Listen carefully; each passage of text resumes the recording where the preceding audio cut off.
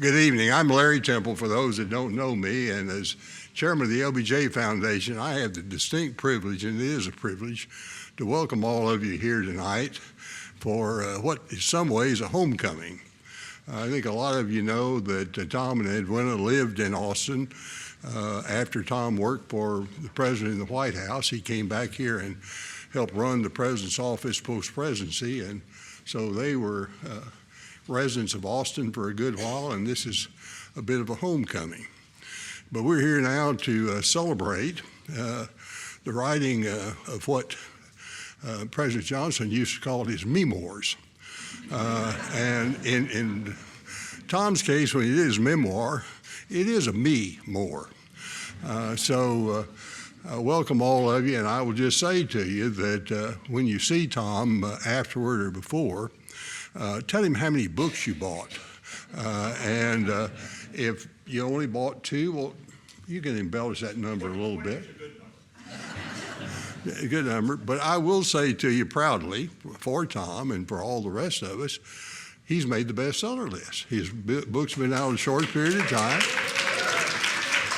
and it's already a bestseller. And before we get started, I'm going to have Lucy come up in just a minute and introduce Tom. And he told her that she had as much time to introduce him as she wanted to take the rest of the evening.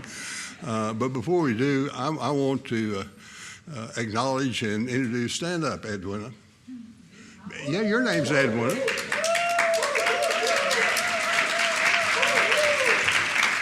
I think all of you that know Tom know Edwina, of course.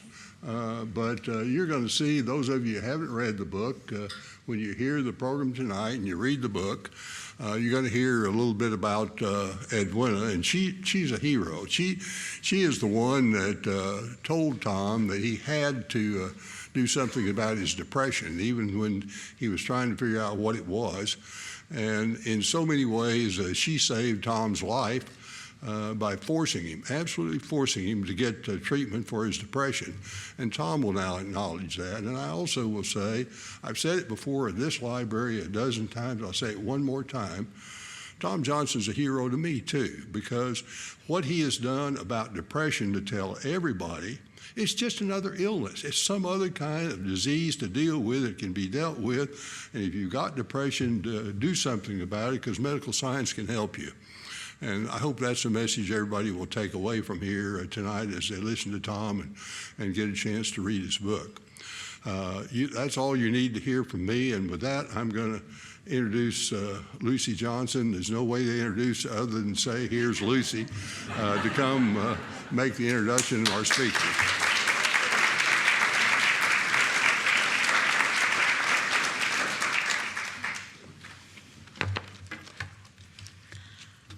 Well, I have had many aliases over a lifetime. I'm, of course, Lady Bird and Lyndon Johnson's younger daughter. I'm Linda's little sister. I am president of the Tom Johnson Groupie Fan Club. And last night, I was elevated by Tom Johnson in front of a group of close friends because I had bought in excess of 1 case of his books. 22 copies. Now, I have 22 members of my family, and I'm going to reach out, having done that, and start giving them to friends, because I think they are the kind of book that celebrates life that we all need right now. Not just celebrating life, but giving a lifetime of solutions in life. And solutions seem mighty attractive, Tom. Tom Johnson had, as his book reveals, many aliases also. And just a few days after his book hit the bookstands, we can add national bestseller, as our friend Larry Temple has already shared. He has been a devoted son, husband, father, grandfather, friend, mentor, advisor, fundraiser, friend raiser, outstanding student, journalist, and 23-year-old assistant to the President of the United States. Additionally, Tom has served as publisher of the Dallas Times-Herald, publisher of the Los Angeles Times, and chief executive officer of CNN. He has climbed up on the Civic Cross to serve as advocate-in-chief for the LA and Atlanta Olympic Games, the Lyndon B. Johnson Foundation, Mayo Clinic, MD Anderson, those fighting the demons of depression, and more noble causes than I can count or Tom can remember. But in every one of these capacities, he has been, as his book so ably says, driven. Driven to be the best as God gave him the wisdom to do so, and God has given him countless opportunities. Tom has also been the son that Lyndon and Lady Bird Johnson never had, and the brother that Linda and I always wanted. He told me that he wanted me to do this introduction tonight rather than my sister Linda, because while Linda would eloquently tell the truth, I could be counted on to embellish it, Tom. I'm not losing that line, I promise you. Going to do my eulogy. It is easy to speak effusively about Tom. While he has been driven to be the consummate professional, he is also for sure the professional friend. Always there when you need him, always committed to telling you the truth, whether you want to hear it or not. Let's put it this way. Tom's the kind of friend who will tell you there's spinach in your teeth. But the bottom line is Tom's always opening his home, his heart, and his Rolodex to any loved one in need. There are some who have lamented why Tom took so long to write this book.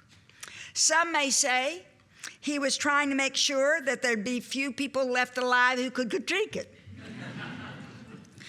Others may claim it was his fastidious fact-checking that took a lifetime.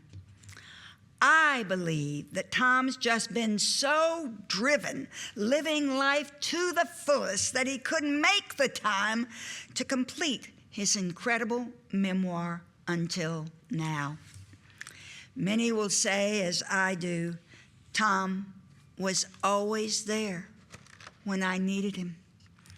For 60 years, he has been our personal, political, and business advisor. He shepherded 4 generations of my family through times of trial and times of triumph. But whatever the times life was better because Tom was a part of it. Mother always said that Tom was the man you wanted in a crisis. As you all know, we managed to attract a few of those. Mama demonstrated her faith in Tom crisis management when she asked Tom to escort her to my father's funeral. Tom was there when I wept after divorce, there when I found the joy of remarriage in my beloved Ian, there making me feel loved when I needed it. Tom was there when I nearly died twice, holding court, comforting my family, instructing the doctors and nurses, and making sure that I got the best medical care available. In fact, Tom's been there for most of the magical moments in my life. I am a walking testimonial to Tom's exceptional skills as a blue ribbon counselor. Tom has earned an unofficial doctorate in counseling for countless friends. Tom's sound, analytical mind can always help you find the right decision and the strength to make it. Tom came from humble beginnings and, bless him, has never forgotten it. He has, as I said, dined with kings, but never lost the common touch. Tom is a best buddy of the elderly and the infant, the rich and the poor, the plumber and the poet, the priest, the pensioner, and preschooler, those who know much and those who know very little. Tom's numerous awards include the Rags to Riches Horatio Alger Award, giving credit to his remarkable humility. I think most of us may not be aware of that. He may also be the most curious man I have ever known. Tom has made many crucial decisions, but surely choosing Edwina as his life's partner is the best.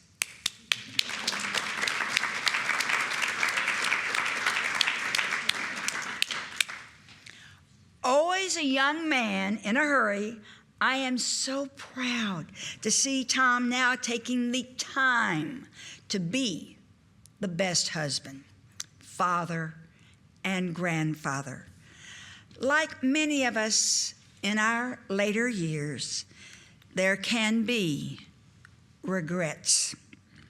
Regrets over time lost with family in our youth. Tom is now settling the gold standard for that repentance. He is, like the song says, the one who did it his way, and aren't we all grateful?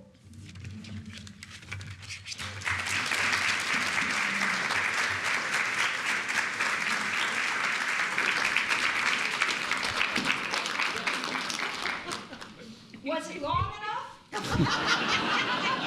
She has forgotten a few of the secrets we've shared. At one point, she was taking a very active role at the White House and was giving me a lot of guidance.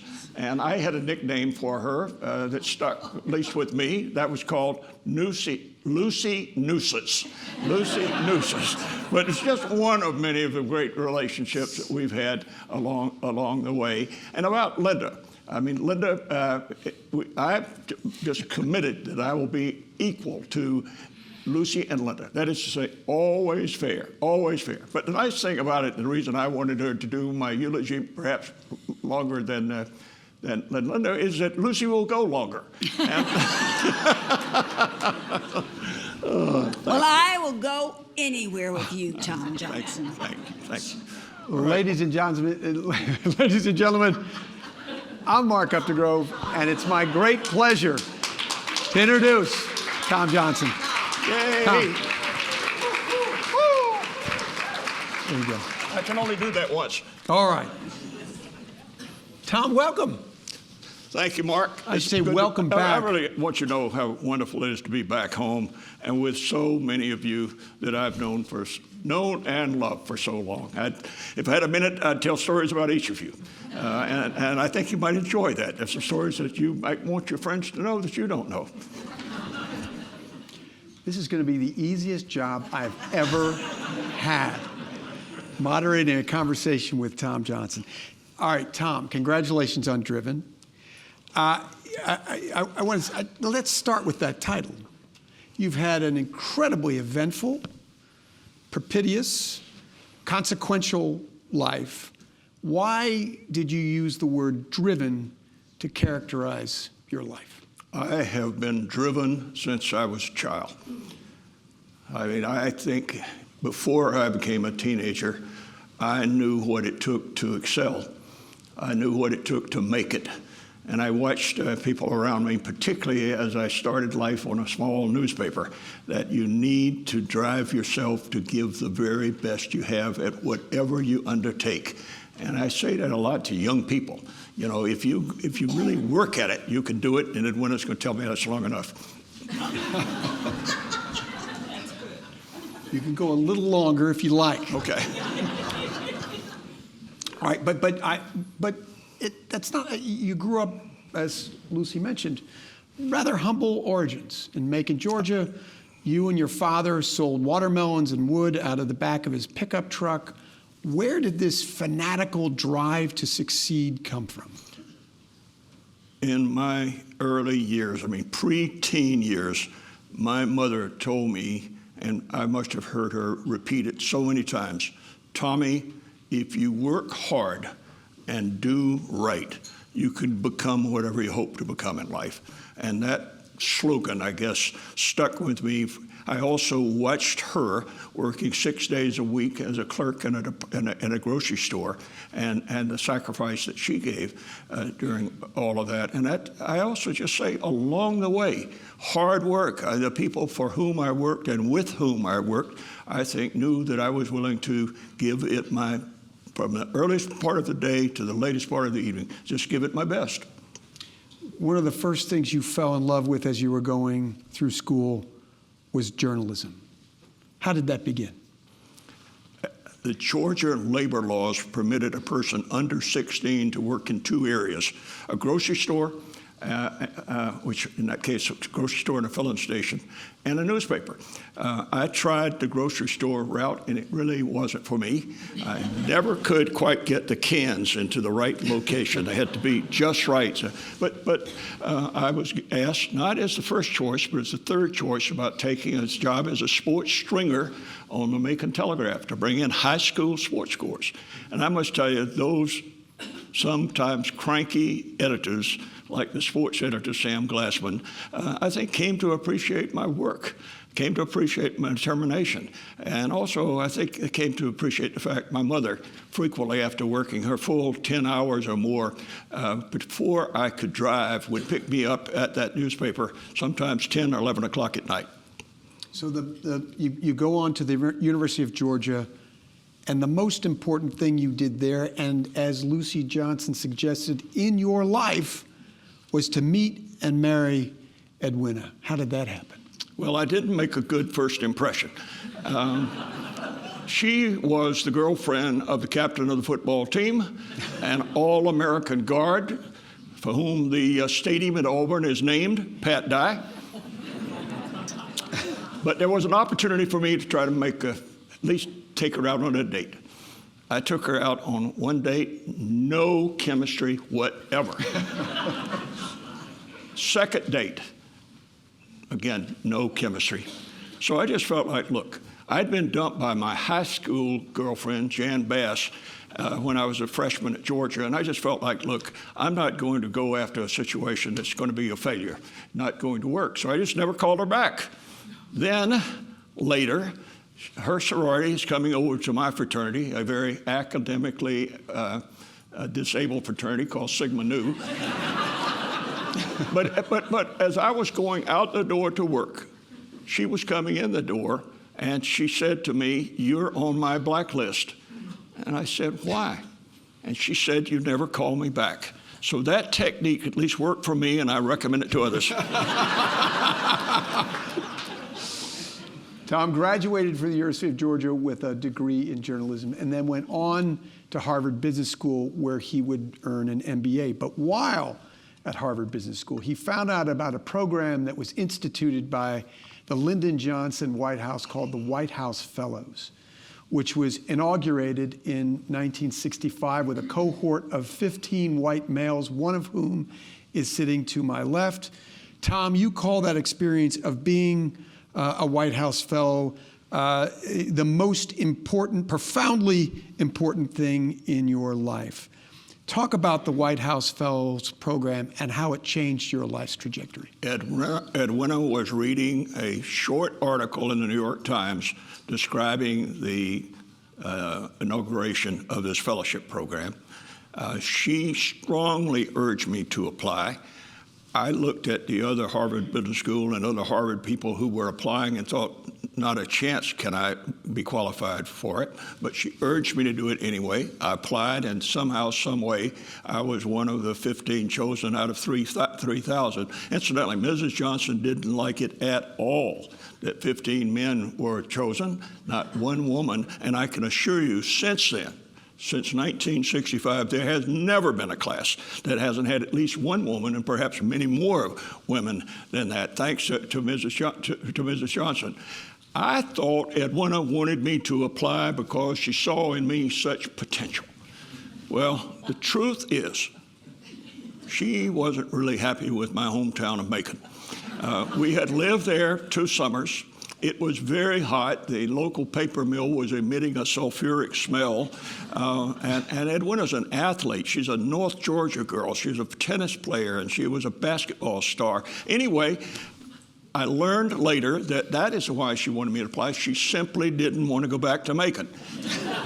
As it worked out, and I've had a tough time with this because Macon is my hometown, and they're honoring me on this book tour. I'm not sure quite how I'm going to handle it.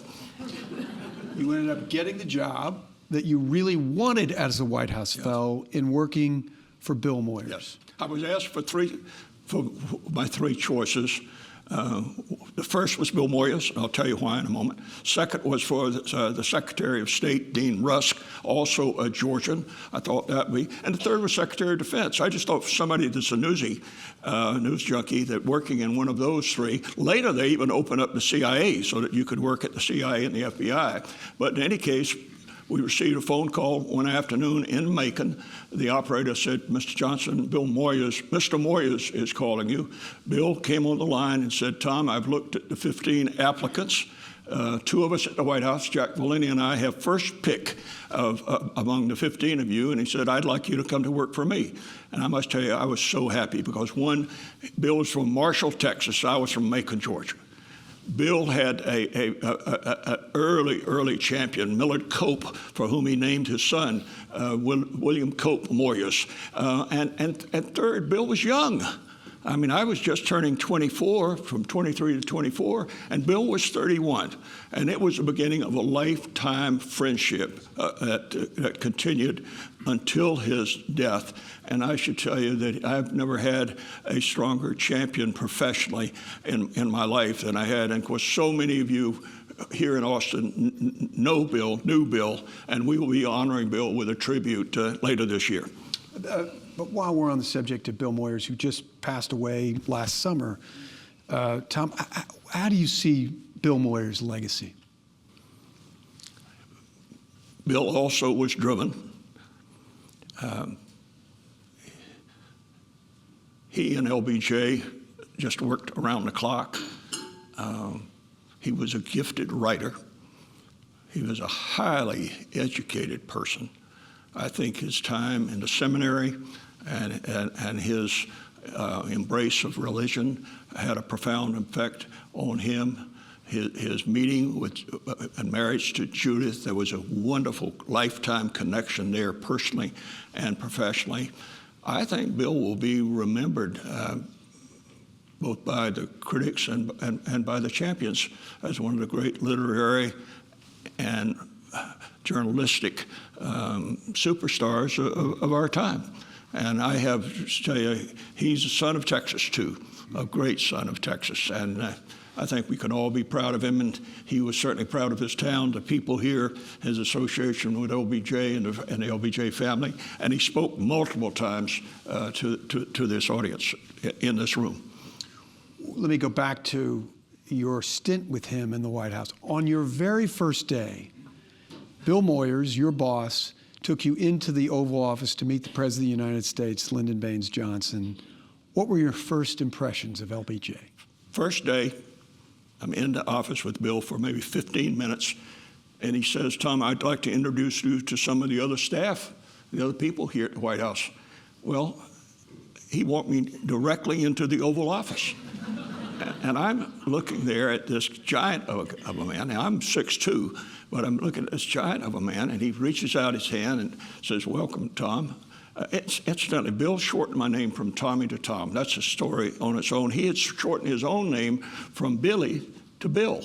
That I'm sure is a psychological implication. But anyway, President Johnson reached out and he said, "Tom, we have not had any experience with this program. This is a first.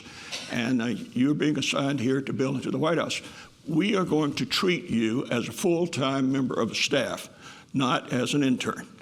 And that was sort of the beginning of this incredible relationship where almost immediately I was pulled in with not just the president and his staff members, but also with Lucy and with Linda and the family. And it was an amazing experience. And, you know, I sort of look back and, you know, you thank the good Lord, but you also thank, you know, others for the opportunities you've had. But his decision to treat me as a full-time member of staff right at the beginning was in itself remarkable. That's got to be a heady experience for any young person, but particularly in the times in which you were in the White House. Let me just give you all context for what was happening in 1965. LBJ has just earned the White House in his own right with 61% of the popular vote. That's still the biggest electoral mandate in the history of the presidency. He has escalated the war in Vietnam, bringing the troop levels from 75,000 to 125,000, and he is instituting the laws of the Great Society, knowing his political capital will fade. Let me just enumerate some of the things that were accomplished that year. The creation of Medicare, Medicaid, Head Start, VISTA, Job Corps, the Department of Housing and Urban Development, the National Endowment for the Humanities, the National Endowment for the Arts, Clean Air Act, the Clean Water Act, the Highway Beautification Act, the Elementary and Secondary Education Act, the Higher Education Act, the Immigration Act, and the Voting Rights Act in 1965 alone. You are there working with Bill Moyers and the President of the United States. Tom, what is that experience like? I did whatever I was asked to do. I mean, sometimes it was just helping the White House photographers assemble them and get them out to the south lawn of the White House so they could take photos of the presidential helicopter taking off. Sometimes it was to anticipate what are the questions that are likely to be asked at the briefings, particularly of the White House press secretary, who was then briefing at like 10 o'clock in the morning, again 4 in the afternoon. But I had an array of responsibilities that just were, I mean, it was about the most basic. And also, Bill called me in one day and he said, "Tom, stop running." He said, "You know, it makes you look immature." But when I needed to sort of get the photographers out to the south lawn, or if the president wanted the press to come into the Oval Office or whatever, I moved with speed. I did slow down. And incidentally, after Bill left, I was so proud to be chosen by then George Christian of Austin, Texas, whose daughter Elizabeth is here tonight. And George also promoted me from assistant press secretary. There's one deputy press secretary. I was promoted to deputy press secretary. George did not, in fact, like the fact that I gave what he thought was too much recognition to Bill and not enough recognition to George. So here tonight in Austin, I'm asking for forgiveness, and Elizabeth knows that. But it was. I don't think I could adequately understand. I was just doing my job, whatever my job was. I wasn't thinking about it, how powerful my position is or how much whatever. But and of course, I always had her there with me. Incidentally, in my book, I have it at the back, Lessons That Life Has Taught Me. And one of those lessons is, do not marry the wrong spouse. It's difficult enough living with the right one. And I got the right one. 61 years.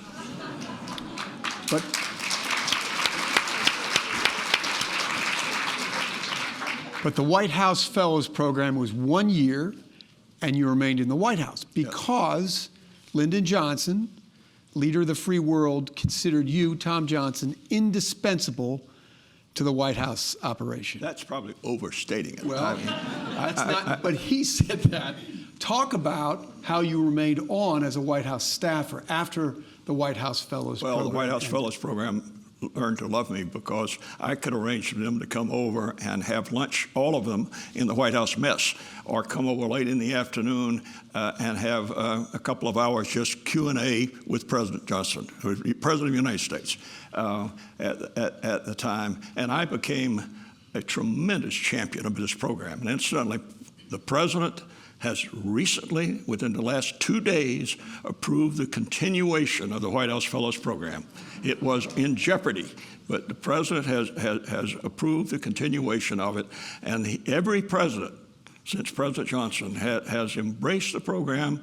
They've made many changes, but I can assure you one of them is that we've got much more diversity among those that have been chosen, and tremendous. I mean, Doris Kearns Goodwin is just one example, but it's just such a good program. And I urge those of you who have young children, friends, and others who are looking for one of the great fellowships that exists in America to apply for the White House Fellows, and also to apply for the wonderful Presidential Scholars Program in which the LBJ Library, the two Bush libraries, and the Clinton Library work together and have annual programs. It's been a wonderful part of it, and I think LBJ so cared about young people. He staffed his White House in many ways with young people. I think because he had come up from Texas and worked for a congressman who really basically turned the office over to him and Mrs. Johnson, Congressman Clayburgh. He saw the importance of young people and what a difference they could make. And of course, with President Kennedy and President Johnson and others, we were in a time where young people really loved public service and applied for public service. And I hope we'll find a time when we'll be able to get back to that, because you can make a difference. Even the pendulum does swing, folks. We've all seen it. I've never seen it quite such a swing as the one we're experiencing, but there is opportunities to exist to make such a difference in state and local and federal government, and even hopefully make good Republicans, hopefully. But talk about how Lyndon Johnson asked you to stay on. You had made a commitment after the White House Fellows Program. I had made such a commitment to return. The publisher of the Macon paper saw enough promise in me that he provided a financial aid scholarship to attend the University of Georgia for 4 years and get my undergraduate degree. That same publisher, Peyton Anderson, had arranged for me to have a 2-year financial aid scholarship to get my MBA degree. At one point, I was about to accept a fellowship program to go to Chapel Hill for advanced studies in journalism. Mr. Anderson called me in and said, "Tommy, what is it you hope to do?" I said, "Well, Mr. Anderson, one day I hope I can become a publisher like you." And he said, "In that case, you don't need any more journalism. You need a business degree. And if you can get accepted to Harvard Business School," he mentioned no other school, "but if you can get accepted to Harvard Business School, I'll pay your way." And after the deadline, I applied, was accepted, and he paid my way. I owed that man so much, and I had to go back. I told Bill Moyers I could not. I told President Johnson. Well, President Johnson wrote a 2-page letter, which is in my book, to that publisher.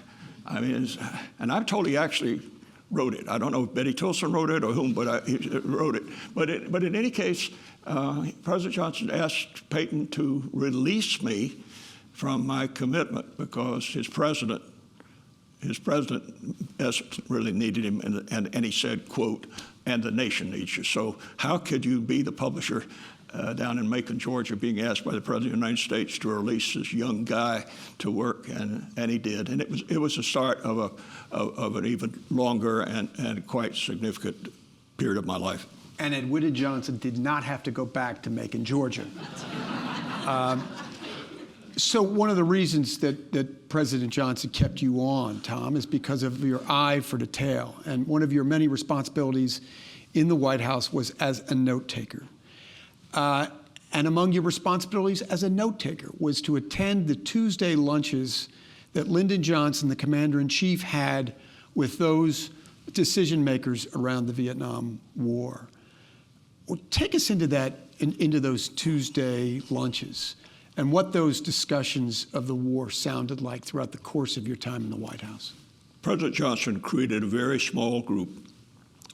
The President of the United States, the Secretary of State, Dean Rusk, the Secretary of Defense, at the time it was Defense, not War, Robert McNamara, the CIA Director, Richard Helms, the National Security Advisor, originally McGeorge Bundy, and then Walt Rostow, and almost always the Chairman of the Board, the Chairman of the Joint Chiefs of Staff. In addition, he always included the Press Secretary and started including me, but originally he included Bill Moyers and then George Christian. In any case, he said, Tom, I'd like you to really keep the notes of these meetings. Now, I was thinking, okay, this is really different. Now, I did not possess, and I guess the White House Communications Office did, but I didn't possess a Sony Walkman. Lucy reminded me last night there were Sony Walkmen, but I wrote all my notes in hand, and then at the end of the day, I had just a blazingly fast typist secretary, Connie Gerard, who would retype them. And one copy of those notes would go into the president's night reading, come back the next morning with his initials in it. And those papers never went to any outsides. Even when the CIA director wanted me to refresh him on something, I'd have to ask the president, was it okay to tell the CIA director that I was doing that? Now, I was so focused on getting those notes right. I think it was something like tunnel vision, that I wasn't thinking that much about some of the policies that were being discussed and the implications of those policies. And I just have to be truthful with you. Many people have asked me what I was getting those GD notes right. And LBJ Expectum, he had a memory like a sponge, and he would remember exactly what happened in those meetings. And I said, Mr. President, why don't you get some young person off the staff of the National Security Council or the CIA or State Department to take these notes? They are much more qualified and know all of it. I didn't know all of the intelligence stuff that was going on. I quickly learned it. And I said, why do you want me to do this? And I said it as innocently and as genuinely as I knew how. And he said, Tom, I trust you as much as I do Dick Russell. He had developed this almost lifetime loyalty to Senator Russell of Georgia, who went on to become chairman of the Senate Armed Services Committee. And except for the tremendous collision they had over civil rights, I mean, he remained a great ally of his. So I continued to do the notes. And now, why did the book take so long? To get that set of notes, those hundreds and hundreds of pages, which were here and have been transferred to a National Archives central facility in Washington, I'm told, because of their classifications. But it took that long. It took me almost 17 years to get those notes declassified. And even now, they're blotted out some pieces of those notes. But you will see in the book, when you buy all those copies, you'll see some stories in there I thought had never been told. There's still some segments in that book have not been picked up by some highly qualified reporters I know. I'm convinced they will, but they haven't yet. One of those stories has to do with possible tactical use of nuclear weapons in Vietnam. Talk about that. In 1968, we had an outpost called Khe Sanh. It was put in place in an area in the northern part of South Vietnam. It was staffed with outstanding veterans. I mean, guys who really were our fighters. But that base was under tremendous attack by General Giap and the armies of both of North Vietnam and the Viet Cong. Tremendous. And there are Vietnam vets in this room. I've seen two of you already as I've come in. But it looked as though there could be that base and could be overrun and all the men on it. We could not even land the aircraft. We had to drop supplies as we got right down on the runway because it was too dangerous even for the aircraft to land. The mortars that were coming in any case, the French had really lost South Vietnam because of a base called Dien Bien Phu that was overrun, and the French were destroyed. And they pulled out of that base, and they also then pulled out of pulled out of Vietnam. President Johnson says there cannot be another Dien Bien Phu. He even had the chairman of the Joint Chiefs and the other members to sign a document that we will not permit this base to be overrun.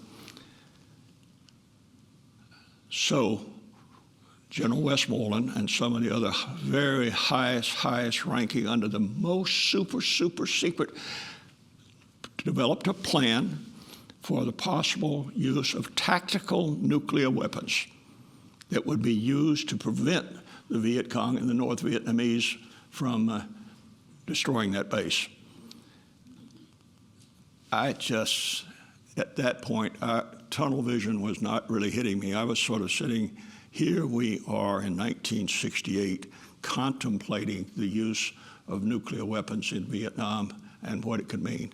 Now, just to summarize, the Joint Chiefs assured President Johnson that they could defend it, that we had the conventional power, and perhaps even bringing in some unconventional bombs that were like these explosive pellets that could be dropped, canisters that could be dropped, but we did not, and the knowledge of that remained so extra secret until Dean Rusk was being asked by Senator Fulbright at a Senate Armed Services Committee to tell him what is this about the possible use, and Secretary Rusk said no recommendation has been made, and that was our statement to it at the White House. George Christian made it. No recommendation has been made to the president but there was a plan. There was a plan, and those notes will show you convincingly that we did consider the use of nuclear weapons in 1968. When you read one of your 20 copies of Tom's book, you get the sense that Tom is like Forrest Gump with a brain. He is at the center of so much history, and I'll talk about several of them in this interview, but one of them, Tom, happens on the evening of April 4th, 1968, when you see a news flash on the Associated Press teletype, and you rip it off, and you go immediately into the Oval Office to deliver it to the president. One of my major duties was to check the Associated Press and United Press tickers periodically, and usually if the biggest sort of alert would be just periodic rings. But in the case of a flash, which was the highest form of a bulletin, Neil Speltz knows about bulletins, but there's just continuing ringing of it. So I'm out by this ticker, and the rings just go off, and I look at it, and these lines come across the top. Dr. Martin Luther King has been shot in Memphis. I just ripped it off. Usually I have to stop and get permission from Juanita Roberts or Marie Famer or one of his presidential secretaries, or go around through the appointment secretary, Marvin Watson, to get permission to go in. They want to ask why. I just said, I must take this in. So I went right by the two presidential secretaries and walked in. President Johnson was sitting there. To his right was the chairman of Coca-Cola Company, Robert Woodruff, who was there just on a personal visit. And to his left was Carl Sanders, who had been the governor of Georgia. They were there purely on a social visit. Old friends, and LBJ always said that he represented the Coca-Cola Company and the Republicans represented the Pepsis. And I think there's some truth to that. I'll tell you about that if you want. But in any case, he read it and just slumped back in the chair. Just slumped back in the chair. I'm just standing here. And then he hands it over to Mr. Woodruff, who reads it, and I'll tell you what Mr. Woodruff did. But then he turns it back to the president, who gave it to Carl Sanders. Carl Sanders read it. Then he handed it back to the president, and the president wrote on it something like, Carl, I'm sorry you were here to see this, or something like that. And incidentally, after years and years and years of struggles and battles with Carl Sanders' family and his children, and it now is here at the LBJ Library, and you'll be able to look at that actual note. It will be as a part of the exhibits with Dr. King. I should say about Mr. Woodruff, though, he said, "May I use a phone?" And he went over and they gave him a phone. I was close enough to be able to hear it and write it down as part of it. He called Ivan Allen, the then mayor of Atlanta, and said, "Ivan, I'm in President Johnson's office. He has, J. Edgar Hoover now has just come into the office. Hoover has says there are going to be riots all around American cities tonight." And he said, "I want you to take whatever it takes, added police, added fire, added personnel, whatever it takes to try to make sure that Atlanta does not burn tonight. And don't worry about the cost." Mr. Woodruff was known as Mr. Anonymous, still is. I mean, the Emory University probably wouldn't exist except for Woodruff and the Woodruff Foundation. We did have some demonstrations that night, but we had nothing like what had happened to Washington and Detroit and Los Angeles.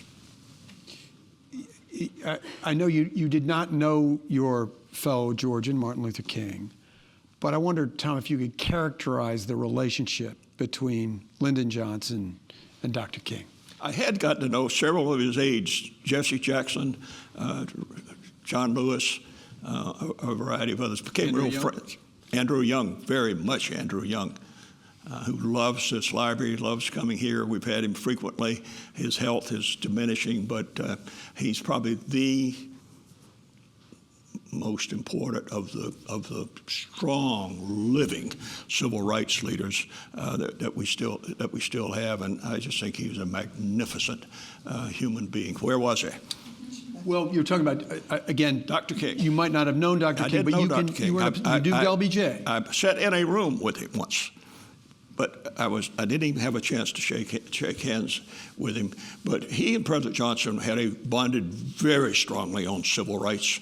I mean, clearly Selma gave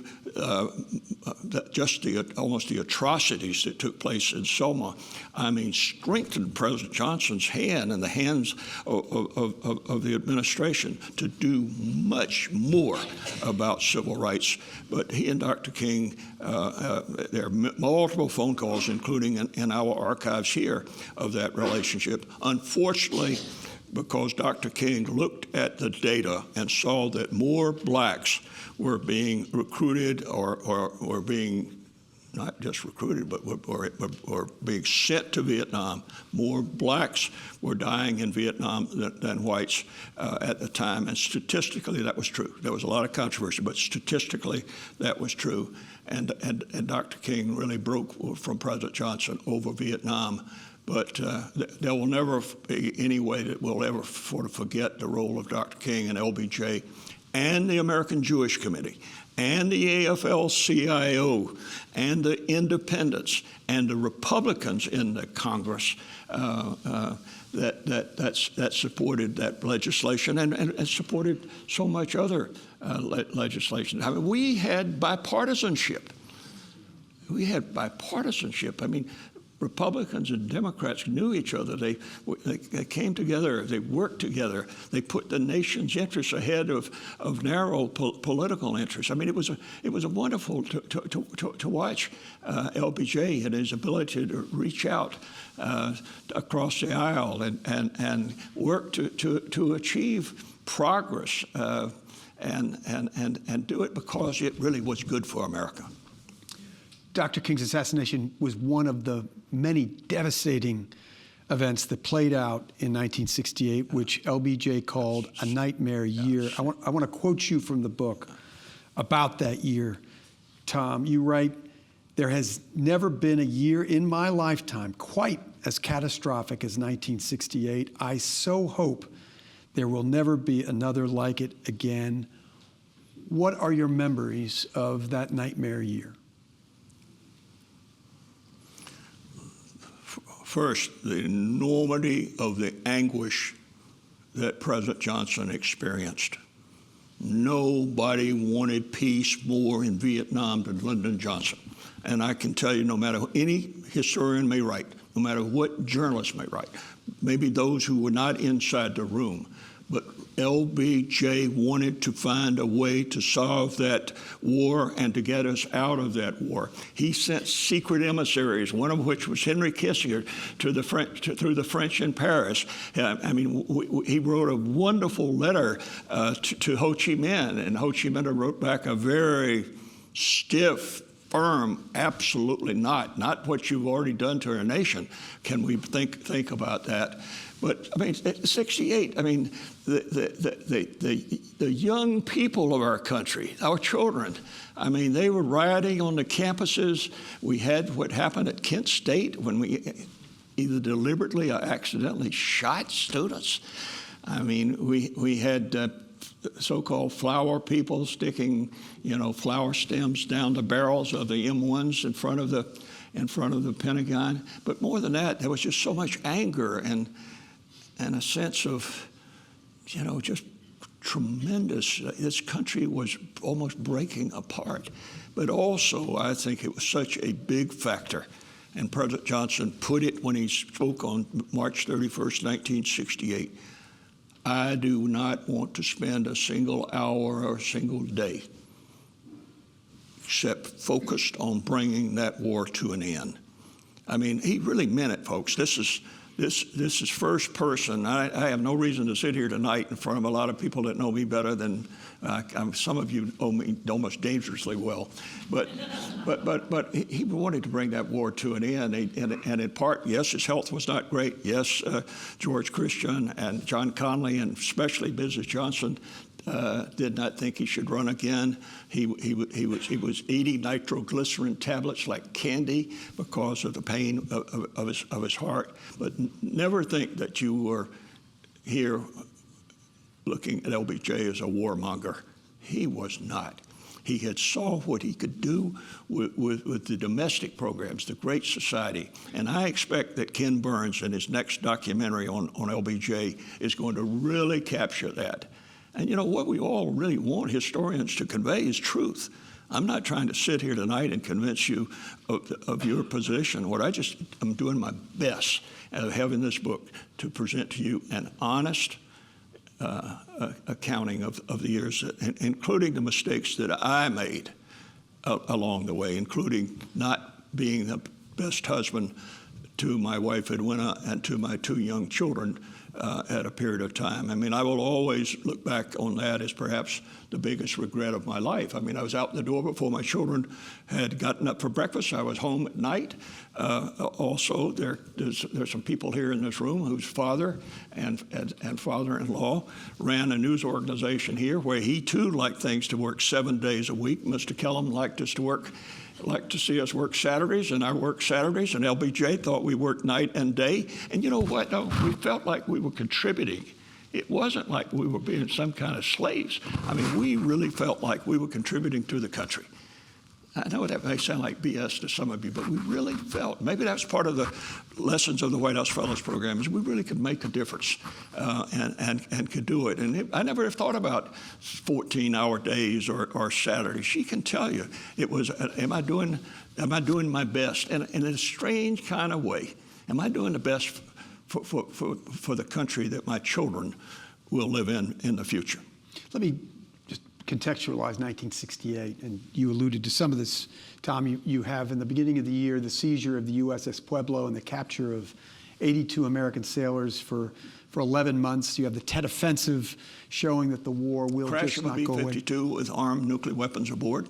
You have LBJ stepping aside from the presidency, announcing he won't seek the nomination of his party for another term as president. You have the assassinations of Dr. King and Robert F. Kennedy 2 months later. You have the riots that ensue after Dr. King's assassination. You have Prague Spring. You have the upheaval at the Democratic National Convention. You have all this stuff playing out. What kept us together? How did we survive that very tempestuous, very turbulent year? We maintained bipartisanship. Good Democrats and good Republicans, good liberals, good conservatives.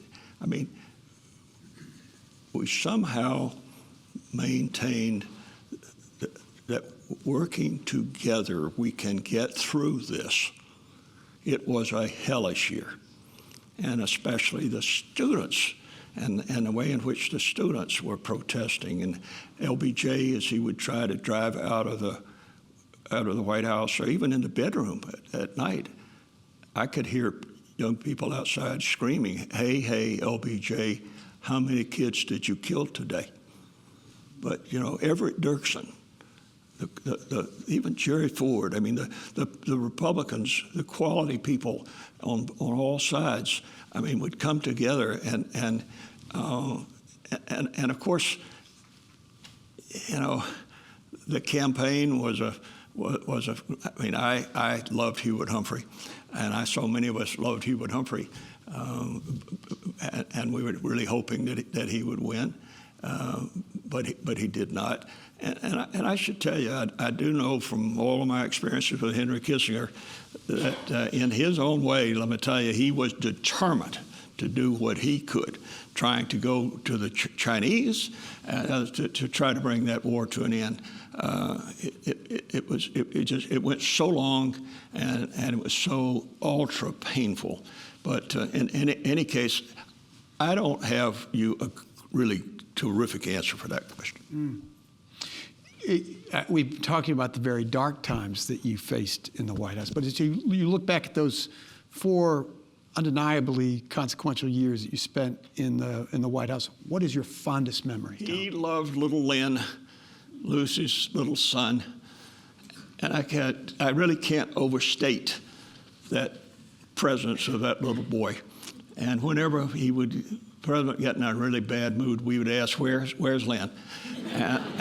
So we'd get Lucy, but it was nice having Lucy, but having Lynn, and he would crawl around under the president's desk. He would sit in his lap. I mean, and I really can't overstate the importance of that. There was, of course, very deep love between President Johnson and Mrs. Johnson. There were a lot of great, absolute, strong advocates, loyalists who stood with him all the way. Arthur Krim and Lou Wasserman, who were great leaders in the motion picture industry. But and incidentally, I mean, hard to imagine, but Austin was a Democratic town, and Texas was a Democratic state. It was changing, but you know, much was changing, and has continued to change. Will the pendulum continue to swing, or is it locked where it is now? I don't know. Probably after my time, in a way, I don't see anything happening, you know, instantly on it. But it's a very different world today, and yet there are still so many good people in this country. I mean, sometimes we just put it too much into, you know, Republicans, Democrats, and think about the leaders, the names of the leaders. But I am convinced in the center of this nation and across it, there are still so many good people of all ages and races and characteristics on it who want this country to succeed and want to restore so many of the values that we have. But we're at this, I don't know whether you call it a tipping point. I think it maybe in a way we've gone maybe past a tipping point. But it matters to vote. What can each of us do? Each of us can vote, and we can urge our children and our friends. And I'm not just saying Republican or Democrat, liberal or conservative. I'm just saying the importance of and what your vote means in this democracy. Our democracy is endangered right now, and the young people sitting back out there, please, please, please, this matters. Let me quote you about Lyndon and Lady Bird Johnson in the book. You say, up until their last days in the White House, they wanted their decisions to inspire real change within the fabric of America. How do you think they would see the fabric of America today?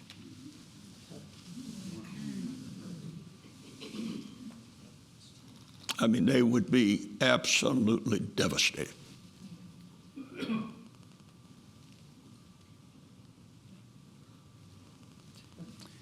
enough said.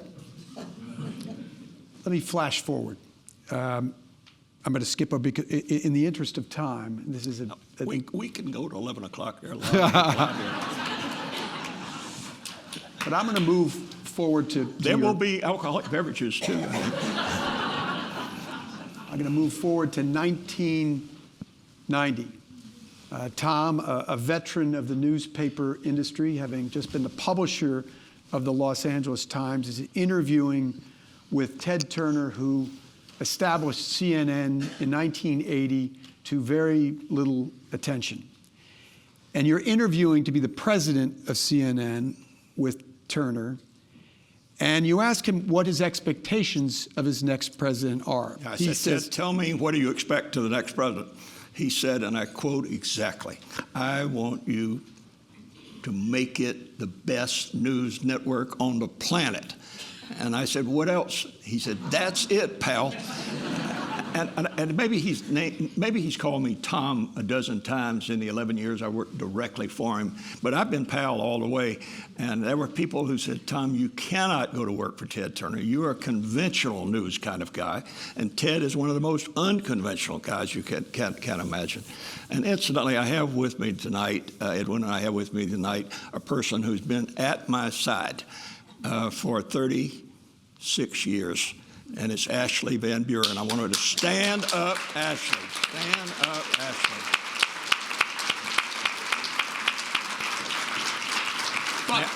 Now she works full-time at the Points of Light for President Bush and Neil Bush at full-time. She works part-time for me and has for all of those years, part-time, full-time. But it's been amazing. She and I, before the good Lord, have never had a fight.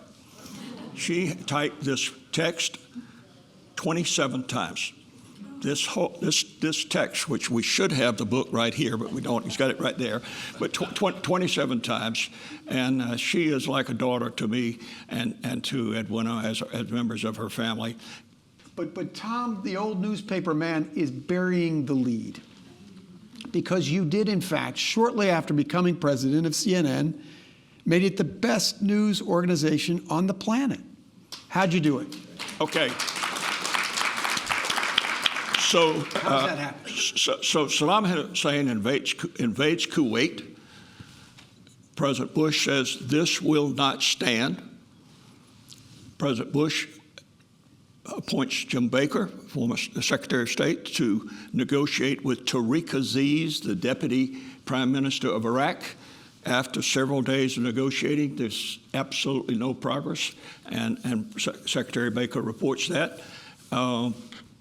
So I'm leading this organization, and I'm really inexperienced. I didn't understand I didn't even understand an uplink from a downlink. I'm telling you, Neil Speltz knew vastly more about the technology than I did. We both were trained at KTBC, incidentally, and trained well. But in any case, our staff members were just convinced there was going to be war. So along with Ed Turner, not Ted, but Ed Turner, the chief news executive, I went up to see Ted, and I said, Ted, when you hired me, you told me you wanted CNN to be the best news network on the planet. And I said, now Ed and I are convinced there's going to be war, and we need to lease all the transponders, book all the time that we could on every circuit we can get. I mean, just go out and buy every circuit that exists and put in place a so-called four-wire, which nobody knew much about, but it was a way in which we could bypass the Iraqi communication system, power and communication system. And anyway, I said, Ted, this is what we need to do. Again, I can remember these words perfectly. He said, tell me what it will cost. And I said, Ted, I'm not sure it'll cost at least $30 million over budget, maybe more. Precise words. You spend whatever the hell you think it takes, pal. I walk out of there. I'd worked for Otis Chandler, one of the great giants of journalism at the Times Mirror Company and the LA Times. I went out there, but I got our team together, people like our satellites director. I mean, they were somewhat amazed too. But that day we set out and we booked every circuit. We started getting all the portable, and I called Wayne Gibbons, and the sat phones that existed mostly on the giant carriers, the oil carriers that were out there. And we wanted to be able to get the latest technology, and these rich oil barons like Wayne had lots of sat phones, and these are phones you can dial up to satellites. Anyway, we were in place, and so when the war came down, I mean, it really came down, and nobody was in any kind of position except CNN. Now, I should tell you, just before the war came down, I get a call from Marlon Fitzwater, the President's press secretary, a call from Secretary of Chairman of Joint Chiefs, Colin Powell, my friend, a White House fellow. Then Ashley comes in and says, the President's on the line. And one of the AHs in the room said, the President of what? And Ashley said, President Bush. And I pick up the line, and there's no White House operator on the phone. President Bush said, Tom, I know Colin has called you, Powell, and Marlon's called you, and tells you you really need to get your people out of there. Colin also said, Tom, you're compromising our mission by staying in the Al Rashid Hotel in downtown Baghdad. And President Bush, in his typically diplomatic but firm manner, he said, Tom, you guys need to get the hell out of there. And so I hung up the phone, called Ted, and I wanted to tell Ted 3 options. Here's what I'd hoped to tell him. 1, that we pull out and go to the outskirts of Baghdad. 2nd, we go all the way back to Amman, Jordan, and really be out of it and go back in. Or 3rd, we stay. But I start talking with him, and then in the loudest voice, he said, Tom, our policy will be that those who want to stay can stay, and those who want to come out can come out. And then in a higher voice, and this is not humor, in a higher voice, he said, and you will not overturn me, pal. I didn't plan to overturn him, for one thing, but second, it was that decision that led us to stay. Now, unhappily, for those who wanted to come out, it was too late. They had already closed down the Saddam airport in Baghdad, so everybody stayed, and everybody did a spectacular job. And to this moment, I have never told anybody, maybe Ashley knows, I'm sure, but who those were that wanted to come out. There were a few that absolutely wanted to come out. I mean, this was danger. And these Tomahawks were being, the satellites or whatever, these Tomahawks were using the Al Rashid Hotel as a turning point, as a guidance point, as they would be launched from the ships and everything. That was a turning point to go to other locations. So anyway, that's what like working for Ted Turner. So I mean, I've just had this from Peyton Anderson to LBJ, Bill Moyers and LBJ, to my time in Dallas with Jim Chambers. Some of you have known Jim and Felix McKnight, but to Otis Chandler in the LA Times, and then with CNN. I mean, I just had these incredible, wonderful opportunities, and I've had a chance to work closely with so many of you. And I just pop back to Neil Speltz because I see him right here, and he and I've experienced a lot of life together on it. And I don't know that story of the tower bomber would have been quite as good without Neil's reporting. I mean, that was one hell of a story. Sorry. Let me go from the Gulf War, which propels CNN to be the greatest news organization on the planet, to the Cold War, and to another hit moment in history that you witnessed. And that is the dissolution of the Soviet Union, which Mikhail Gorbachev made happen with the stroke of a pen. You have a very special connection to that moment. Okay, we're talking about Christmas of Christmas Day. 1991. 91. We had received word through our contacts that first Boris Yeltsin and Gorbachev were in somewhat of a struggle themselves. The more liberal elements were at work, but then there were the hard liners, the Putins of that time. In any case, President Gorbachev decided that he would step down as leader of the then Soviet Union. And Boris Yeltsin was very popular in the Russian Republic, and he wanted to assume the presidency of Russia, and there's an awkward situation there. But in any case, my then head of bookings, my executive vice president, Gail Evans, came to me and said, "Tom, basically go home and get packed. You're going to Moscow." And I went home and went back to Moscow. We had learned that Ted Koppel and this producer, Rick Kaplan, were about to run circles around us and be able to book maybe the final interview of Boris Yeltsin, the final interview of Mikhail Gorbachev as president of then the Soviet Union, and the first interview with Boris Yeltsin as the new leader.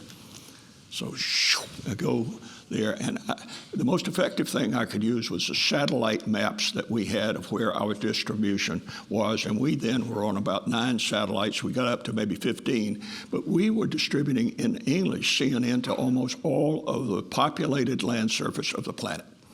And I showed that chart, and I said to you, now, ABC does have stronger distribution in the United States. And he snapped back at me and said, "I know that." I said, "But we cover the entire world," and proposed that we and Gostelo Radio, the longtime Russian communications empire, do it together, that we do it together, that we would interview President Gorbachev for his final goodbye, signing the document that of his resignation and the document conveying the power to Boris Yeltsin. They liked that. And as it turned out, on that Christmas, we were able to get the first interview, but we also, the way it came about is that we were told, okay, he is going to step down. So we just put in motion everything we had. By then I had 75 people there and more coming. But we set up in Gorbachev's office, and before the meeting, I was able to sneak in an AP photographer and an AP reporter. That AP photographer's picture won the Pulitzer Prize as he signed the document and slammed the document shut. But as he was just about to go on the air, I think less than 2 minutes, he tried out his Russian-made pen, a green pen, and it doesn't work. And he looks to his press secretary.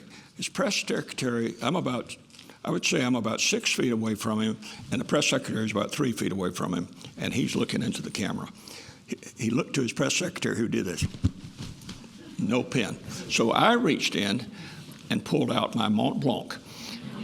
And I said, "Mr. President, you may use mine." Now, Edwina had given me that Mont Blanc for our 25th wedding anniversary. And in any case, he asked me, "Tom, is it American?" And I said, "No, Mr. President, it's not. I think it's either German or something." I said, "It's not American." He said, "In that case, I will use it." I think the idea of signing away the Soviet Union and his resignation with an American-made pen, which is more than he could take. But he used it for both. And, I mean, the room is just almost still with just, even though maybe there are 50 people in the room from Soviet television and from CNN only. No ABC. No Ted Koppel, no whatever. We got that exclusive, but just working goodwill mostly. We had built a lot of goodwill through Ted, who had become friends of Gorbachev, as he had with Yeltsin, and as he had with Fidel Castro. Ted had really built us some wonderful sort of relationships before I got there. So anyway, it's over. There's just great relief. I see Gorbachev put the pen back in his pocket. And I had the audacity to go and say, "Mr. President, may I have my pen back?" And I explained to his interpreter why I wanted it back, and we got it back. And it was for years. It was on display at the museum, and I don't know what will happen. The museum's gone out of business. But it's those moments in time that are just sort of unforgettable. And the chance that this kid from Macon, Georgia, had a chance to be there. And I think the only time that I've been able to reflect on all of this has been in this book. I haven't been able to sit in front of any group or talk with anybody except a few close friends. And there's still stuff in that book that I keep thinking should have gone in to it. But as I say, I am just so grateful for having had the opportunity, and so grateful for all of you coming here tonight. And I've got about 3 or 4 more hours of Mark. But you have risen to these great heights in your career, Tom, while, as Larry Temple mentioned earlier, struggling with depression. So what did that battle look like? Edwina identified my depression far before I did. I saw that I was just feeling down. I was wanting to withdraw from activities that I previously withdrawing from. I just wanted to be in a dark room, and I didn't want to be bothered at work. My then assistant, Joan Clunder, with whom Ashley worked, because Joan came over for a few years from where she had been my assistant at the LA Times. I was really down. And Edwina saw it first. She mentioned it a couple of times. She went out and bought at least 2 books to give me, one of which I didn't toss at her, but tossed across the room because what did I say? That you didn't have a problem. I would have a problem. She brought, who wrote that book?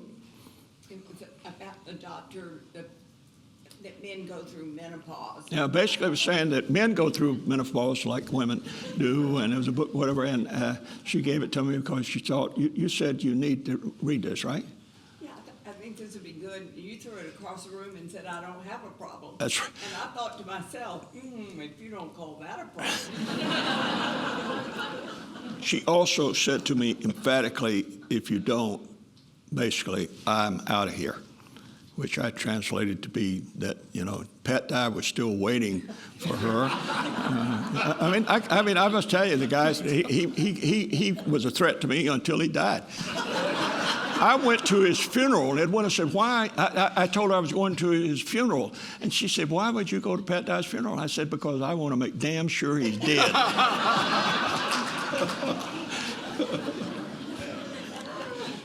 She, in essence, no husband uses this word very much, forced me to go to see a psychiatrist. And I saw, I guess, the head of the department at UCLA. He saw me about 3 times and said, Tom, you've got chronic depression. He started me on some meds, including one that it took me 5 meds to get to one that really worked well for me. The first one, well, I won't go into not supposed to name the names, but at one of them, I just felt like somebody had given me a whole bunch of cotton to stick in my mouth to try to talk. Most people. Can be cured. Well, we'll get to that. I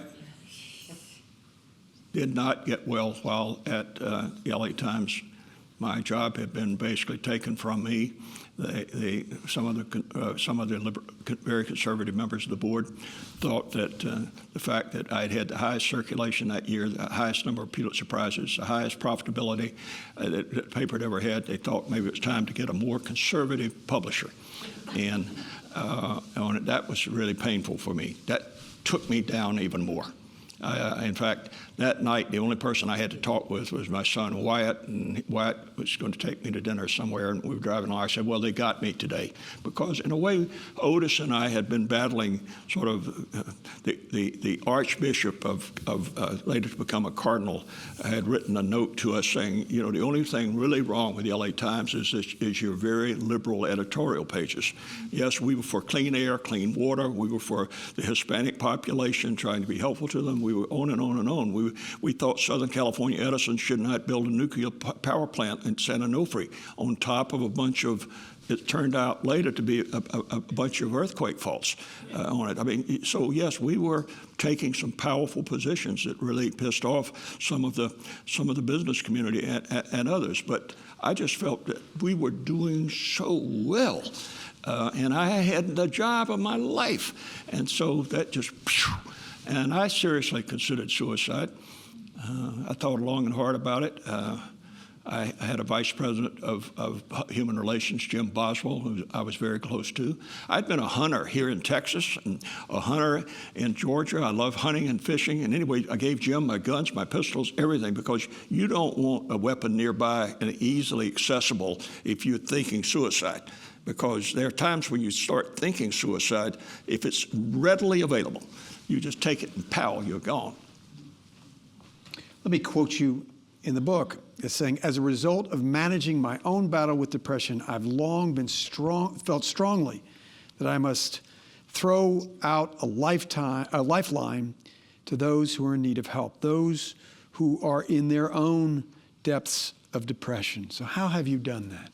Well, I was sitting by a lake with Edwina, listening to a sort of a Sunday morning North Georgia, and they played this song called "Throw Out a Lifeline."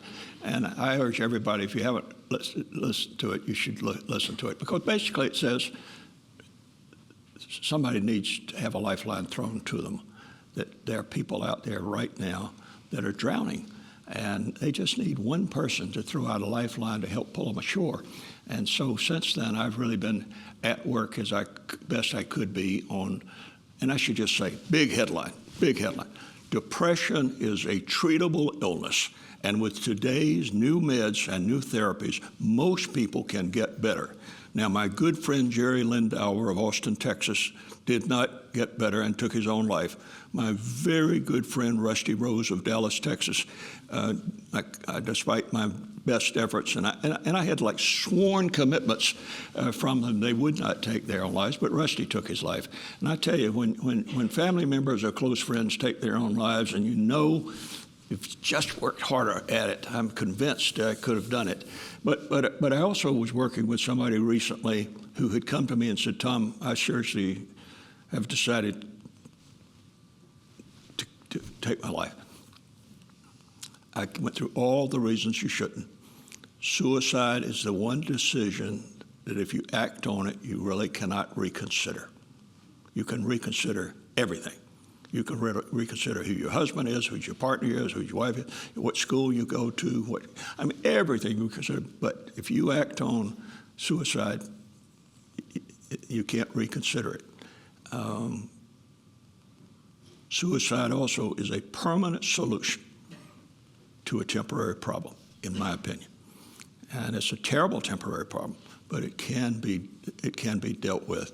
And so I work in the field of depression very much. I work also on mental health. I work on addiction, particularly William Cope Moyers and I work on addiction because so many people are addicted today. And during COVID, they were medicating themselves even more with alcohol and drugs. And too many people then were getting into fentanyl. And one addict said to me, "Tom, if you do this, you will have the highest euphoria you've ever had in your life." He first started by saying, "Tom, you are straight, but if you'll just do this, you'll have the highest level of euphoria, higher than anything you've ever had. But then if you do this," and he took "you'll be dead in 30 minutes. And unless you do something that gets somebody to the hospital." And right now, out around Austin, there's some people that are looking at chemicals of all sorts. And so I've been working on that. Our daughter, unfortunately, age 58, came down with a pretty serious case of dementia. Thankfully, worked in the field, worked with my friends at MD Anderson and elsewhere, but we've been able to come up with a medication called Lequimbi, Lequimbi, that looks as though it's got the potential to slow and perhaps halt the progression of dementia. Big possibility. And we're at work now. Edwina has battled cancer big time twice, multiple myeloma. Twice she's had CAR T cell therapy. Twice it's really worked. And at MD Anderson, we're at work now on another med that's going to be, we think, even more successful. And for other cancers, there are two big representatives of MD Anderson here tonight. Tad and Mary Catherine, raise your hand if you could see them. Tad Pullen, where is Tad Pullen? Mary Catherine Cooper. And if you, Lucy and I and Wayne are on that board and very active on that board. Incidentally, you've got the greatest facility there is almost over in Houston, and it's about to come into Austin too. We're going to build another part of MD Anderson. It'll almost be the best in, if we don't have the best in the world, Texas. With that oil money and with the kind of talent that we've been able to attract. I mean, Texas is unbelievable. But now Emory, MD Anderson, Emory and Mayo's and Sloan Kettering, there are other great centers, but you are so fortunate. I mean, I'm a Texan too. What happened to the person that was going to kill himself? What brought him back? Okay, I had this young man. May I contextualize for 1 second? I don't know if you heard the question that Edwina asked. This is a story that Tom told last night. Larry Temple mentioned that Tom Johnson is a hero by bringing depression out of the shadows, by generating awareness about the condition, and by counseling those who oftentimes are suicidal. And this is a story that Tom shared with us last night. Thank you. Many of the people who want to come to see me secretly, because they don't want their employer to know they've got depression. They don't want the military to know they've got depression. There's still a terrible, terrible stigma about it, and it shouldn't be. And one of the reasons I do what I do is try to reduce the stigma. Some of you tonight may be able to talk more openly about it. Edwina told me, I'll never be free. You'll never be free until you get where you can talk about it. Well, this young man who was considering seriously suicide, and I talked through it, and anyway, as he went out the door, I was worried about it. But anyway, he was going to do it that evening. Anyway, he called me recently, and he said, I will tell you how you saved my life. He said, as I was going out the door, you asked me, who is going to look after your dog? Now, that was a spontaneous question. I am not trained in any of this stuff. You're not looking at a doctor or anybody as a professional, but sometimes you can save a life when you just reach out and let somebody know that you care about them. And I also want you all to know that I'm as flawed a guy as you ever have met. I haven't killed anybody yet, but I'm serious. Don't look up here and think you're looking at some Mr. Perfect at all. Edwina can really tell you Edwina can really tell you that story on it. I mean, I was a real AH during my depths of my depression, and what a regret I have I would lash out at her, but she's a strong woman, and she was able to handle it, and she sure made a difference in my life. I want to close by quoting. Too early. By borrowing a quote from Judy Woodruff in the foreword of the book, who writes, after reading his story, I'm prouder than ever to call Tom Johnson my friend and mentor. I agree with Judy Woodruff. Thank you to Tom Johnson for this book and for being here tonight. Thank you, Tom.